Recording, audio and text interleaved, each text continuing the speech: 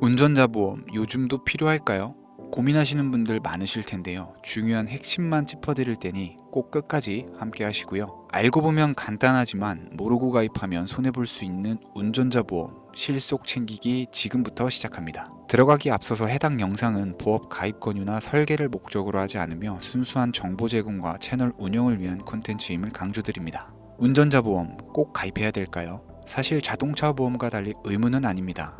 하지만 사고가 났을 때 형사적 책임과 행정적 책임을 보장받을 수 있는 유용한 보험입니다. 그렇다면 이 보험에서 가장 중요한 건 뭘까요? 바로 교통사고 처리지원금, 형사합의금, 변호사 선임비용 이 세 가지입니다. 최근 운전자 보험의 보장 내용이 많이 좋아졌습니다. 특히 변호사 선임비용 보장이 강화된 게 가장 큰 변화인데요. 과거에는 구속되거나 기소된 경우에만 보장됐지만 이제는 경찰 조사 단계부터 변호사 비용을 받을 수 있는 상품이 있습니다. 이게 별거 아닌 것 같아도 최근 제 경험을 빗대어 하나 말씀을 드려볼게요. 쉬라인데요. 최근 저희 아버지가 운전 중 무단횡단 보행자와 사고가 났습니다. 차대차 사고는 보험 처리만 하면 끝나지만 대인사고의 경우 단 1%의 과실로도 형사처벌을 받을 수 있기 때문에 굉장히 긴장이 되더라고요.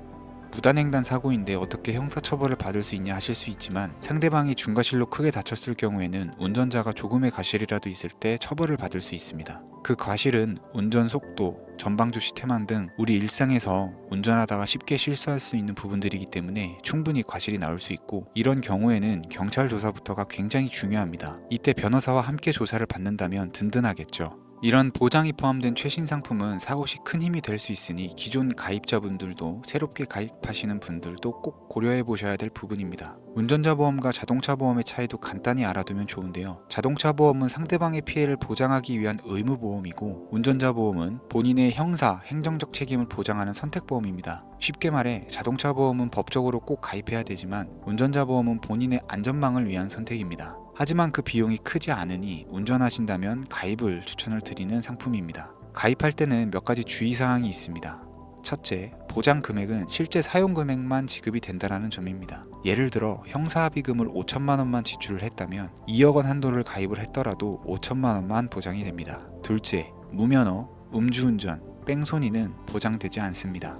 이런 사고는 보험으로 해결되지 않으니 또 조심하셔야 됩니다. 마지막으로 기존 보험이 있다면 보장 범위를 추가할 수 있는지 확인하거나 최신 상품으로 갈아타는 것도 좋은 방법입니다.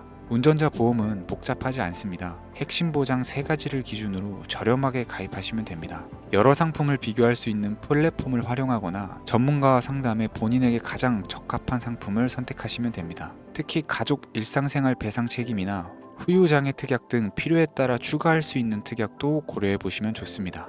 운전자 보험 꼭 가입해야 되는 건 아니지만 큰 사고의 위험을 줄일 수 있는 유용한 보험입니다. 지금이라도 알뜰하고 필요한 보장을 중심으로 준비해 보세요. 오늘 내용이 도움이 되셨다면 구독과 좋아요 부탁드립니다. 저는 좋아요 하나만 보고 이 채널을 운영하고 있으니까요. 구독이 귀찮으신 분들은 좋아요만이라도 꼭 좀 부탁드리겠습니다. 오늘 준비한 영상은 여기까지입니다. 감사합니다.